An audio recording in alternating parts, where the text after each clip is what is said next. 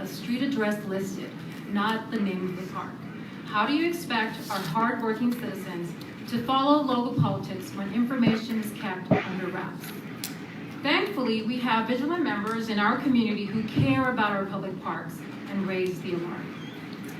I have also observed that Mr. Markman is doing a disservice to us and our elected leaders when we cannot understand half of what he says. We need a city attorney that will offer a range of options that we, the public, can comprehend, not confuse our council with cryptic legal jargon. In other words, the city attorney should help our elected leaders make well-informed decisions that is both legal and right for the community. In contrast, Mr. Markman skirted state laws for the illegal Memorial Parkland sale. If he followed state laws, it would have allowed for public engagement. Instead, Mr. Markman submitted a judicial validation action. Translation, he sued the citizens. And that was simply unacceptable. Thankfully, this lawsuit was thrown out of court. Yet, let us remember that the litigation costs are being paid for by, you guessed it, Upland taxpayers. Keep in mind that the contract to sell Memorial Parkland was so poorly written and skewed in the hospital's favor that Mr. Markman did not even have the foresight to ask the hospital to cover the core validation expense. So bottom line is that Mr. Markman is shutting down our democratic process, and he must go. Thank you for your time. After Mr. Walters is Cindy Phillips. Good evening, City Council. I too am here to discuss the elimination of Mr. Markman. My name is Mark Walters, member of the Upland Coalition of Concerned Citizens and resident of Upland for 5 years. I'm asking that you go out to bid for a new city attorney. I'm here because I'm deeply concerned about how James Markman has consistently provided advice to cut the public out of the process.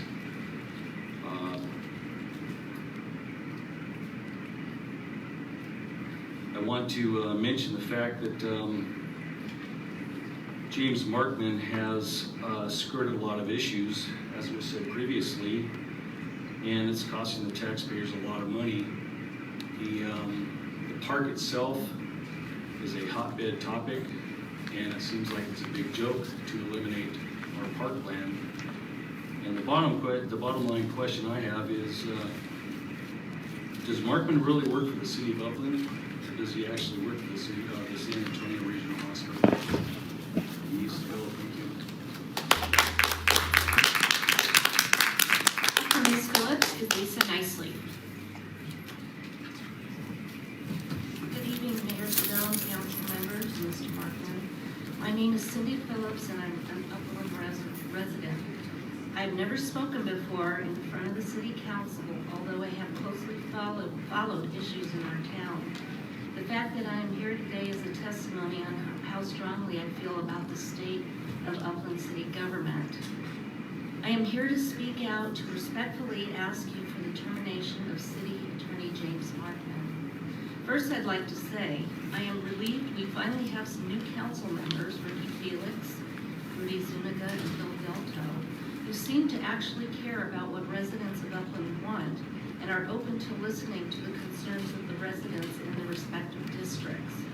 I also include Councilwoman Janice Elliott, who has been a very strong advocate for the public. With that being said, the ability of this fairly novice council to get things done has been jeopardized by our city council, or city attorney, who uses his legal expertise to confuse the issues by either not answering questions asked by council members or answering them in a very confusing manner to where he ends up contradicting himself. For example, the voting procedure for filling the council vacancy that Bill Velto has. Mr. Markman seemed to make up the rules as the council voted for or against candidates. He seems to be deliberately confusing the council. Also, for some time, I've watched Mr. Markman provide the council with legal advice that seems to benefit his firm's pocketbook, while taxpayers have to foot the bill. Mr. Markman consistently advises the city to take the long way around which ultimately means for additional billable hours for him and his firm. Again, please consider the termination of Mr. Markman. Thank you for your time and consideration.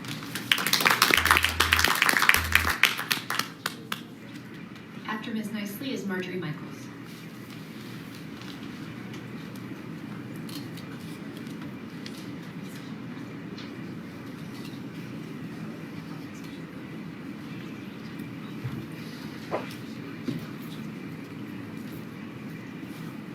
Hi, I'm Lisa Nicely. I'm a 21-year Upland resident next month.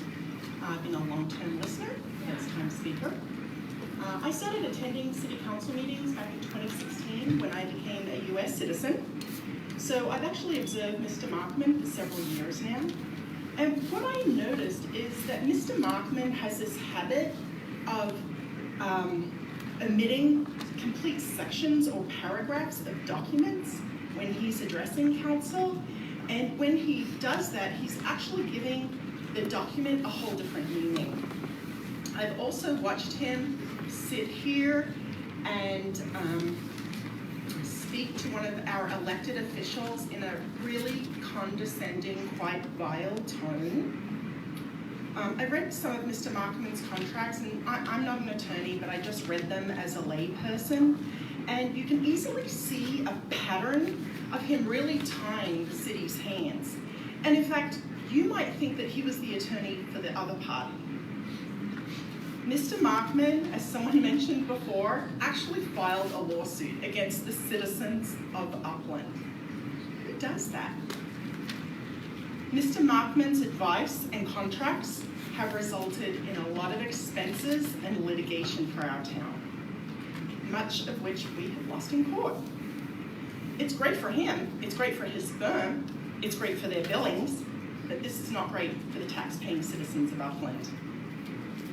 Since January of 2017, when we retained Mr. Markman, if you include the invoices that are in tonight's packet, then Mr. Markman's firm has billed us over $1.5 million. That's more than $46,000 every month. Councilman Belto, Felix, Zuniga, and Mayor Pro Tem Elliott, you did not choose Mr. Markman, so I don't hold you accountable for the really bad decisions of our previous council. But today, you have an opportunity to set things right. You can terminate Mr. Markman and provide us with an attorney who puts Upland first. This is what we deserve, and I have faith that all four of you will make this happen. Thank you. After Ms. Michaels is Lois Sicking Dieter. Good evening, Council. Marjorie Michaels. Tonight I would like to read just a little bit of the transcript of the proceedings on March 26, 2018, the night that Mr. Markman argued in favor of selling off 12% of Upland Memorial Park without ever having put those words in the agenda, and to do so without the publication of a notice in our local paper and the public hearing that was required by law and the government code, and the election by the people of Upland to say whether we wanted a portion of our oldest park to be sold.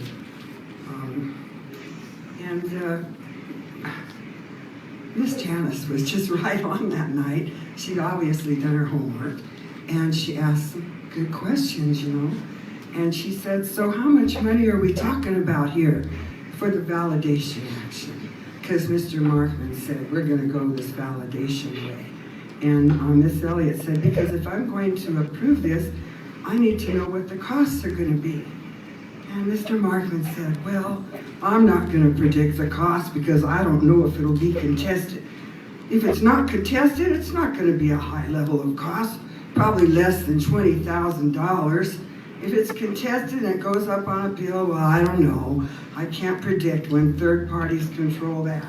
I can tell you that the hospital, the applicant for the planning process, the hospital, you know, they they will have to pay for the EIR and all the related planning costs, just as any applicant would. So that part would not come in, but he went on to say that they don't have to pay anything for this validation action. And then Ms. Elliott later on, is there a possibility this judicial validation action could run to say 20,000 or 30,000, 50,000, 100,000? Mr. Markman, well, I'm sure there is, correct, there's always a possibility.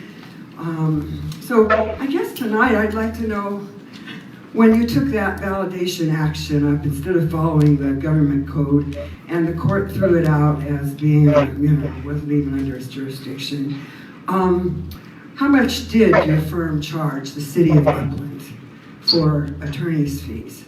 And did you really expect that no one in this town would challenge you selling off the park on your flimsy excuse that, well, they're going to still have parking there, and therefore parking is a park use, so we're not really abandoning the ballpark at all.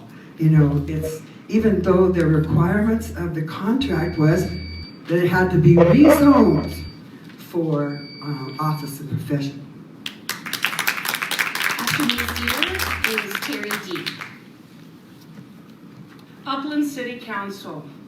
I'm speaking on the same topic this evening as I have on the past two council meetings, and will continue to do so until we the people are heard. And in my opinion, you take the proper actions to dismiss Upland City Attorney James Markman for lack of performance and conflict of interest.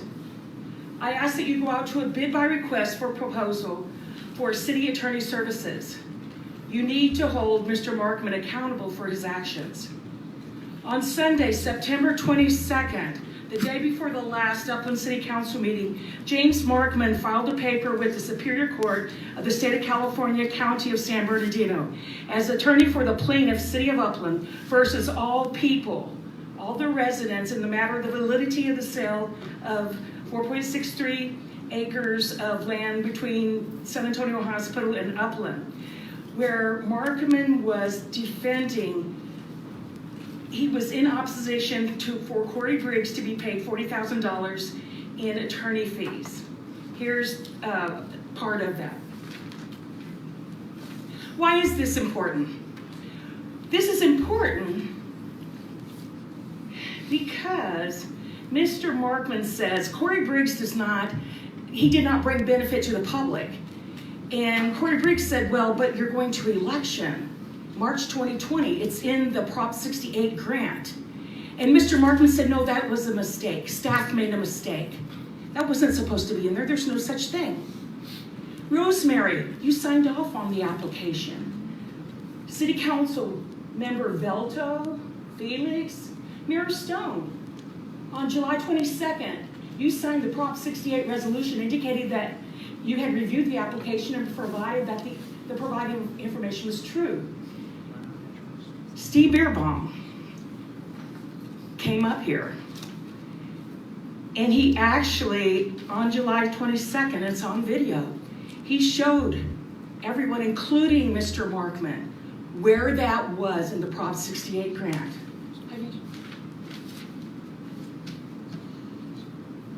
And it says very clearly that the sale of the park was up for election in March 2020. Mr. Markman comes back, and through 8 pages of legal paperwork here, much that I don't understand, he says it's all wrong, staff made a mistake, shouldn't be there. Does that compromise our Prop 68 funds, $8 million? Staff, has this been reported to the state of California? I hope this doesn't mess up the money we needed. Furthermore, in the conduit financing for Sunrise, there's a conflict of interest where Markman, as city attorney, approved the certificates of participation for Sunrise Ridge Apartments, and his company served as bond counsel, where his company got 0.5% of the total bond of $14 billion. He is a shareholder, he benefited. That is a clear conflict of interest. Thank you, call for Lois. his Your dismissal. time is up. Thank you. Thank you. After Terry D is Natasha Wall.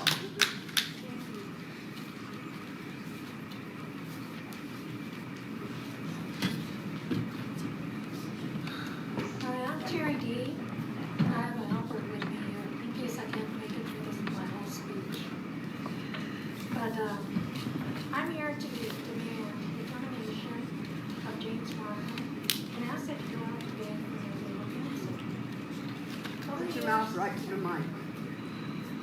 Over the years, I have watched as Markman has provided counsel with legal advice that benefits his firm's pocketbook, while the taxpayers have to foot the bill for his irresponsible advice. Markman consistently advises the city to take the long way around, which ultimately means more billable hours for his firm. How convenient for him.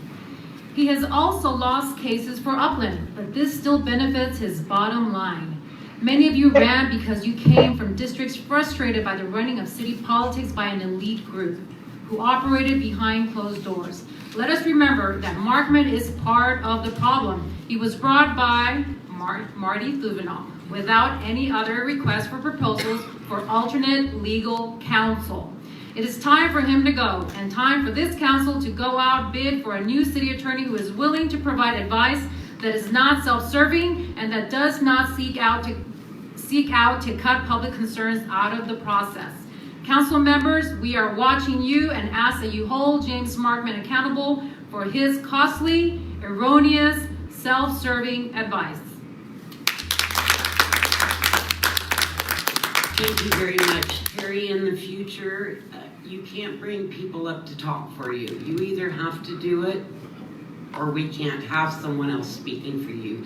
They've already had their 3 minutes, so thank you very much. But I thought that if there was an issue, that maybe the individual needed to make arrangements so that I could have my 3 minutes to speak. She has a disability. I understand that, and that's why I'm being respectful and I allowed it to happen this evening. But we have to do this for everyone then. That's right. And, They have a disability. all right, your time is up. Thank you. Go ahead, Natasha. After Ms. Walton is Steve Beerbaum.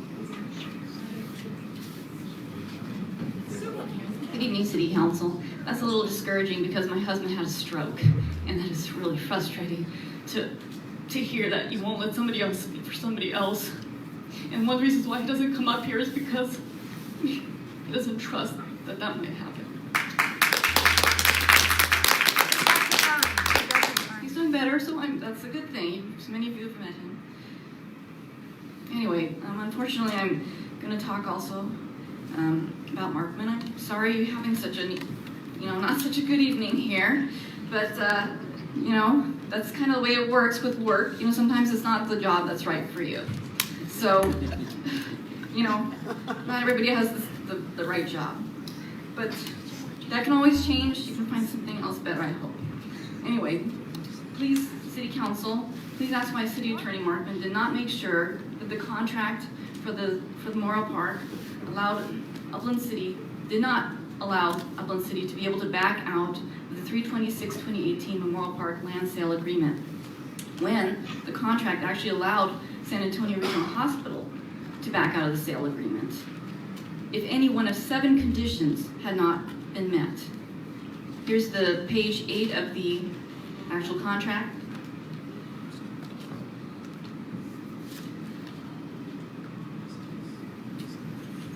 And, someone may argue, oh, well, maybe Markman didn't write the contract, but I sure hope he read it. And he could have alerted the City Council at the time that, hey, this is a little lopsided of a contract here. Maybe we should give ourselves an out just in case something happens. Something happens that doesn't work out, like, for example, the validation action. That did not work out. What's the city to do? They're in limbo now. There's always a possibility that could not have worked out. You should have given the city an out. If this didn't work out, hey, everything goes back to the drawing board, and maybe we don't want to do this contract after all. Maybe we need to do an election. Maybe we need to do other things. And those options were not given to anybody in the city. The hospital can get out pretty much with any kind of 7 different contingencies here, 7 different conditions that aren't met. So please, for this and other reasons that people have mentioned, please dismiss Mr. Markman. I'm really sorry, but that's the way life is sometimes. And I wish you the best if that's what happens. And if that doesn't happen, please interpret the law correctly. Please follow the law correctly. This is what we expect of you. Please advise the council correctly. Thank you very much. Next is Steve Beerbaum. Good evening, members of council. My name is Steve Beerbaum. I'm an Upland resident of 6 years.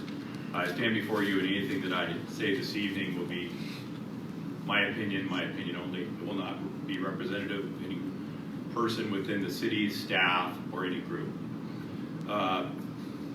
The Memorial Park issue is the largest issue that is concerning Mr. Markman's firm and some of the inappropriateness of the way it's been handled. A few things that may not have been mentioned, at least haven't been mentioned tonight, was the $10,000 parking agreement that had previously been agreed to by Mr. Markman and Marty Thuvenel. And it was actually a really good agreement. $10,000 per month that the city was going to net as rent from San Antonio Hospital for the parking area along San Bernardino. Beautiful, lovely, that's income, that's revenues.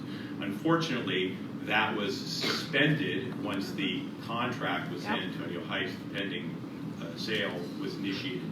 That suspended. So the way we've calculated, I'll say me because I want to speak for myself. So far, we've lost approximately $190,000 in revenue to this city. $190,000 revenue. So that in itself is unacceptable. And a man should not be judged in his career in the city by one issue. I personally am still waiting for a written notification from Mr. Markman or his firm for a complaint that I filed on September 3rd that was initiated regarding the Bon Giovanni project and the pending development or supposed development of the Bon Giovanni property north of Foothill, west of Lowe's. I initiated a complaint to a specific property on Airport Drive, 1254 and 1284, which are not covered by any settlement agreement that Mr. Markman's firm and Marty Thuvenel made back in 2017. That settlement agreement was for specific parcel numbers belonging to Mr. Bon Giovanni Construction. My specific complaint was to completely different parcels owned by completely different people that were in violation of what the settlement agreement was supposed to be. Mr. Markman's firm is the one who agreed to that settlement agreement, and for the past 5 weeks, I have been led to believe by various members of staff throughout the organization I was going to have to wait to hear from the city's attorney's office because the planning division had deemed that it was along the settlement agreement that your firm, you're looking, and I'm going to guess you haven't probably heard a word about this, but I've been told in writing 3 different times that your firm was going to make the decision on whether that was going to be handled or not. Thank you. We don't have any additional cards. I'd like to take a minute, just a minute. I'm not going to try to. Well, first of all, I love the law firm I'm in. It's been in this business 60 years, 65 years. We have a reputation to maintain. I have a reputation to maintain. There are cities where I've been city attorney between 35 and 45 years, 3 cities. And so we're proud of what we do. I don't want to get into debate with people here who have found fault, but there's a couple of things that have to be said. I'm going to answer Steve's question too, but there's a couple of things that need to be said. First of all, the lawyers who work on these things are not making the deal points, not negotiating monetary terms. We're crafting agreements with lawyers representing the other parties. The management, whoever's negotiated the deal points, take them to the council. Every one of these deal points you've heard about tonight was approved by the original council. Janice asked some interesting questions, and I answered them by saying the reason for the validation action is to try to buy insurance and get an early decision on the necessity of an election or not, whether that's an abandonment of the park or not. Didn't work out. The court didn't agree that the court could do that, so that question remains open. But we didn't negotiate deal points. People are kind of confused about that. And what we've done in that contract, particularly for everybody who's upset with the contract who hasn't left, the contract has, and I very carefully put a veto in the hands of the city that that project could not be implemented without the city council approving a land use zone change. You can't contract away the city's zoning power. That was the ultimate veto and stopgap. So the hospital may be sitting there trying to decide what to do because other conditions which protected the hospital have failed. But on the other hand, the city never has to approve that project. And I knew it would be in front of at least 2 city councils from the time it was negotiated. So the city is protected. The city is not in peril for that contract ever being pushed forward by the hospital without the consent of the city.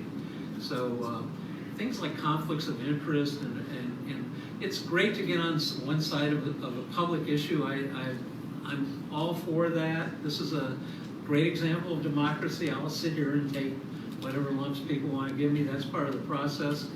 But it doesn't have to be personalized to the point where you're criticizing with a very, very distant look somebody's performance professionally. And so I don't agree with any professional deficiency, whether it's a good agreement or not. The risk of the validation action wasn't to sue the city, it was to try to eliminate or get the court to decide the risk presented by a potential election being asserted early so that the project would go on or not go on. As far as the monetary terms are concerned, the hospital was putting up $4.2 million and about $150,000 at the time of projected processing costs. Didn't even ask for a fee waiver or anything from the city. Those were the deal points that the city manager took to the city council and got approved by the city council. The risk, the validation action was all disclosed, and the option to go forward or not just go forward, or go forward without that or not, was in the hands of the council. So I don't want to debate with people, and I'm also not going to apologize for the level of legal work I personally have done for cities over 50 years, and this city particularly.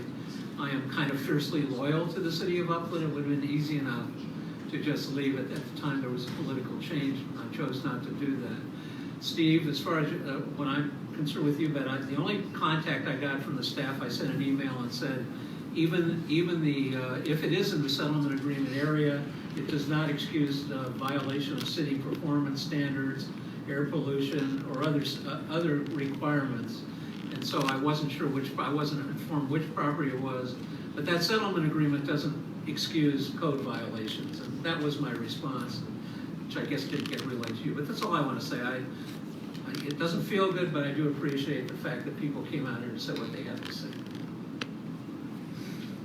Thank you, Mr. Markman. All right, we will now recess into closed session. Would you like me to read off the? Yes, please. City Council recess to closed session to discuss items 4A through 4E on the agenda. Conference with legal counsel, existing litigation, workers' comp claim. 3 other, conference with legal counsel, existing litigation, and public employee performance evaluation in consideration of public employee dismissal and related actions. Thank you very much.